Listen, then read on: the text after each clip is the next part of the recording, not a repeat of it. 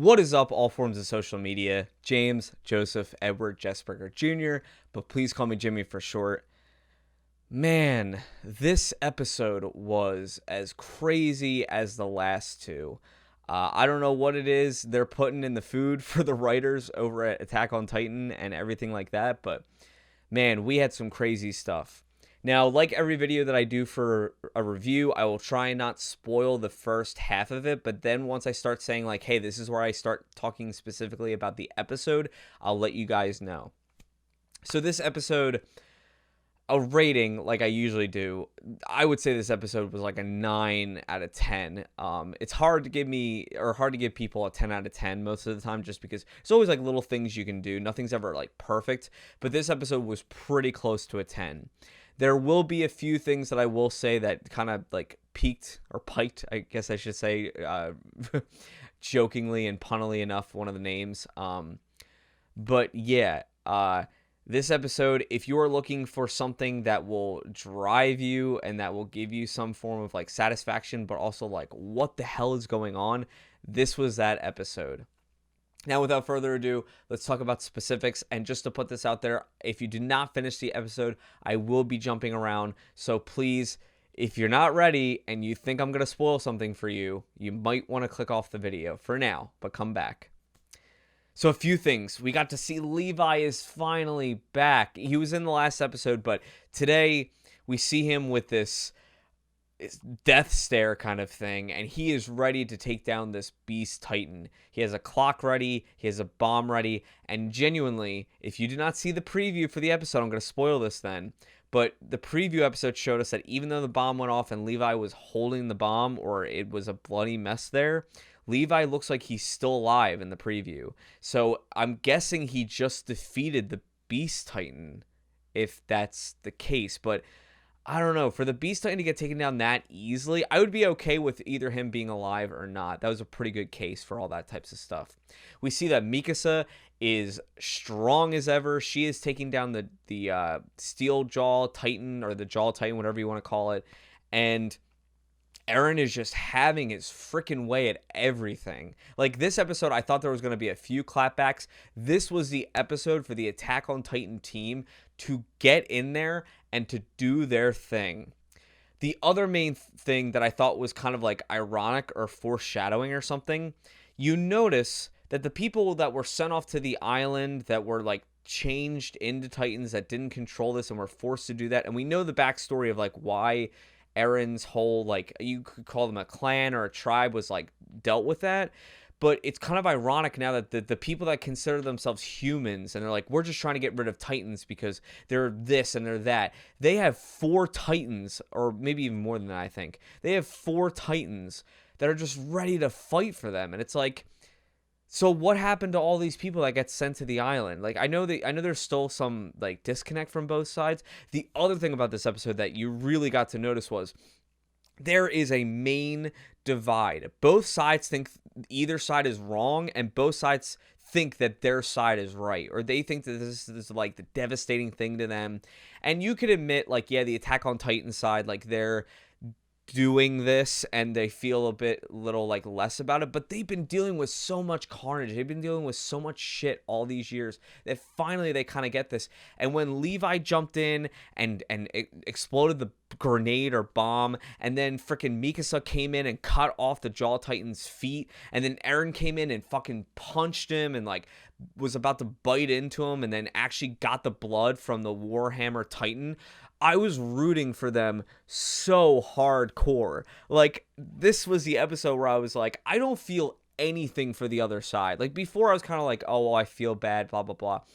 I mean, in the long run, am I going to feel like a certain type of way? Like, yes, it could have been handled differently. Like, that's just who I am as a person. Like, I feel like it could have been handled better.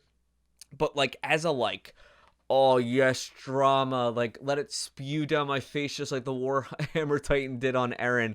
Like, it was so gratifying in a way just to see like this dealt with in this type of way. It was amazing. The thing that I'm starting to see more and more, and with the preview you get to see it now too, Gabi is now like a main source of the story.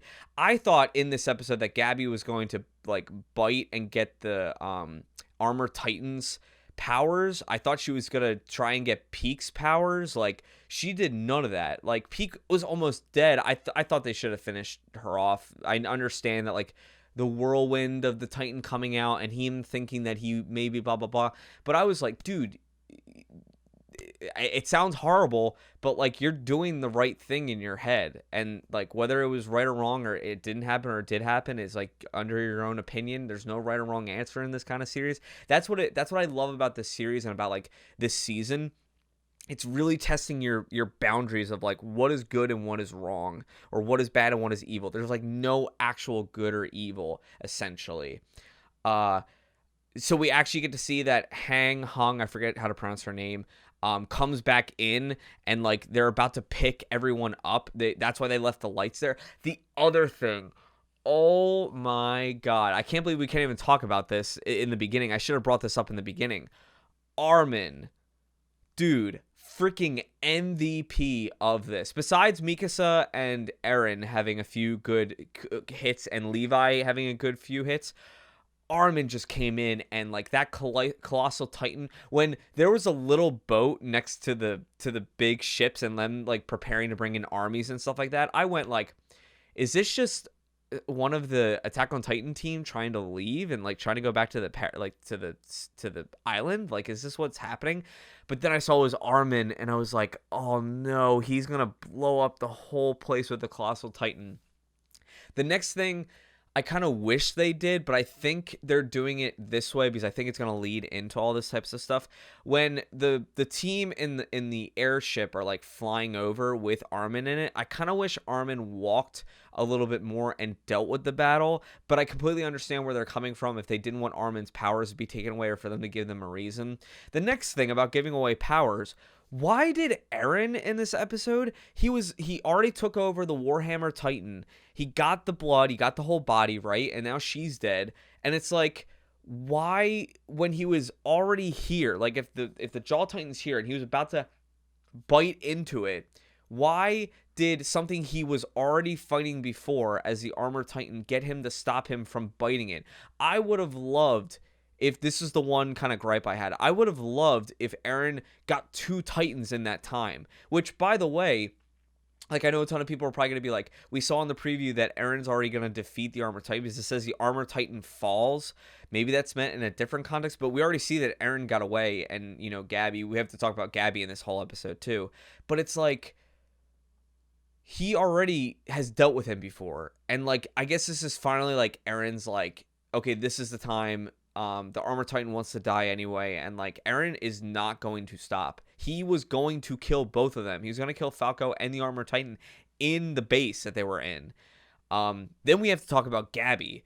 I liked how they kind of did the screaming with Gabby and Falco, but I kind of felt like it was overkill, because you could, like, with everything that the Armor Titan has dealt with, what's his actual name?